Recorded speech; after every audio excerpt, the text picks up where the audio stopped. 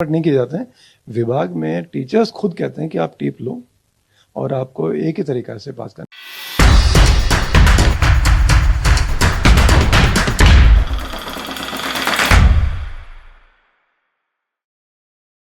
23 सितंबर को विश्व भर में सांकेतिक दिवस मनाया जाता है और इस दिन के खास उद्देश्य है कि जो लोग बोल और सुन नहीं सकते उन्हें सांकेतिक भाषा के जरिए उनकी जो बातचीत है उसका कन्वर्सेशन हो।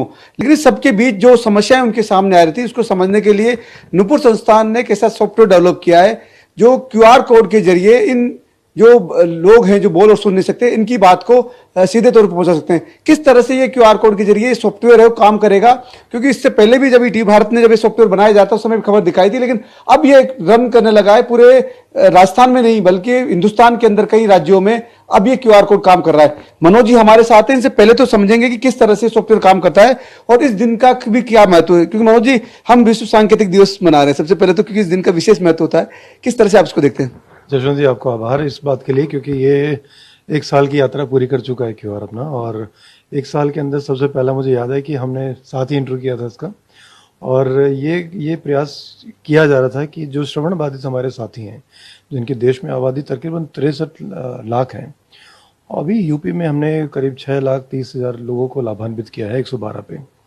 और यूपी मैंने इसलिए कोट किया क्योंकि वो सबसे बड़ा राज्य हो गया है।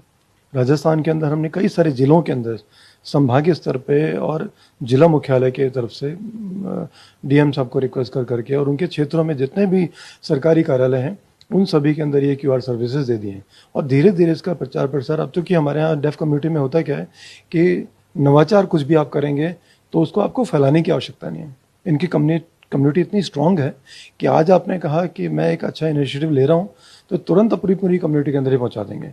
तो अच्छा नवाचार करने की बस देर है, पहुँचने आने में कोई दिक्कत आती नहीं है।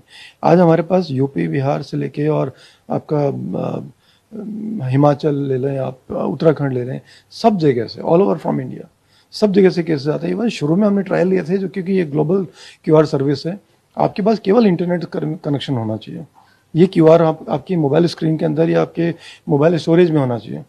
अगर ये है तो आप किसी भी तरह की आपातकालीन स्थिति के अंदर आप इजीली इससे संपर्क कर सकते हैं।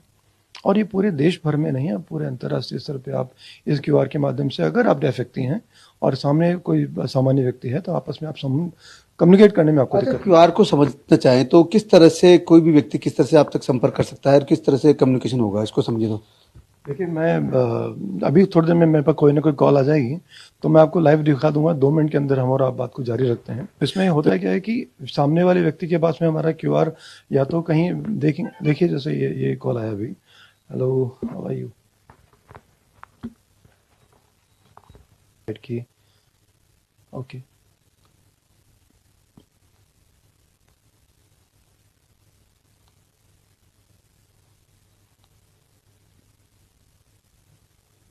ओ 4 मरतबा इनका विकलांग प्रमाण पत्र गलत तरीके से बनाया गया है।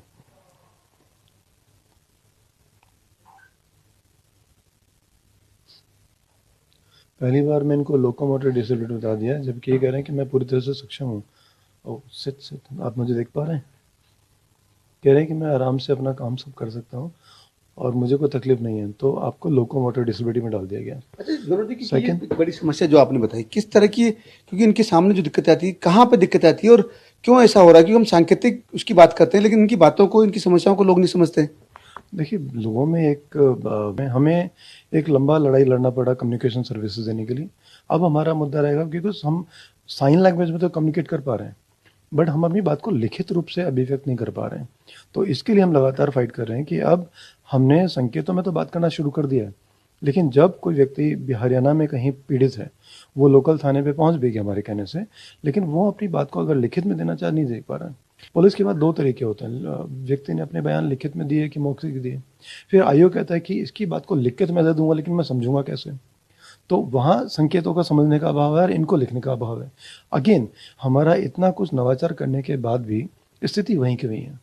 तो ये एक बड़ा मुश्किल हो गया है कि अब इन्हें एजुकेशन की तरफ आगे हमें लड़ना पड़ेगा, क्योंकि बहुत अच्छे मार्क्स से जो बच्चे पास आउट हो गए हैं वो भी अपनी बात को लिख कर नहीं दे पा रहे हैं। तो कम्युनिकेशन में दिक्कत आ गई। पास कैसे हुए फिर जब अगर वो लिख नहीं सकते थे तो पेपर दे के पास हुए? एक बड़ा सवाल। ये एक हमारे बहुत एक एक्टिव डेफ लड़की है, उन्होंने काफ़ी सारे इंटरव्यूज़ में भी कहा है कि टीचर्स हमें बोर्ड पे लिखते हैं, हम उसे कॉपी करते हैं और उसके बाद जब एग्ज़ाम आते हैं तो फिर हमें कॉपी करने को मिल जाता है और हम पास हो जाते हैं। ये मतलब इसको चीटिंग बोल सकते? अब ये विभाग द्वारा सुनियोजित चीटिंग है ये मतलब कोई बच्चे की तरफ से कोई एक्स्ट्रा एफर्ट नहीं किए जाते हैं। विभाग में टीचर्स खुद कहते हैं कि आप टिप लो और आपको एक ही तरीका से पास करने है, क्योंकि उनको अगर हम बोलें कि आपने संकेतों के अंदर इनको उच्च गुणवत्ता शिक्षा क्यों नहीं दी, एटलीस्ट इतना कर दें कि वो बच्चा अपना सही गलत डिसाइड कर लें। आप हमारे दूसरे केस में आपने देखा होगा कि लंबा टाइम तक रेप केसेस और 50 तरह के केसेस आते हैं वहाँ पे, मारपीट, सामान्य मारपीट की बात भी अपना व्यक्ति लिख के नहीं दे पा रहे हैं, तो जब वो लिख के नहीं दे पाता तो ऐसी जरूरत में बड़ा उसके साथ दिक्कत हो जाता है। अच्छा, बिल्कुल। तो मनोज जी बता रहे किस तरीके से सांकेतिक भाषा दिवस हम मना रहे हैं, जागरूकता का प्रयास किया जा रहा है, वो शिक्षा दी जाए जो इनको जरूरत है। सांकेतिक भाषाओं के साथ साथ रिटन कम्युनिकेशन भी इनके लिए महत्वपूर्ण आवश्यकता है। सहयोगी विजेंद्र के साथ जसवंत सिंह, ईटीवी भारत, जयपुर।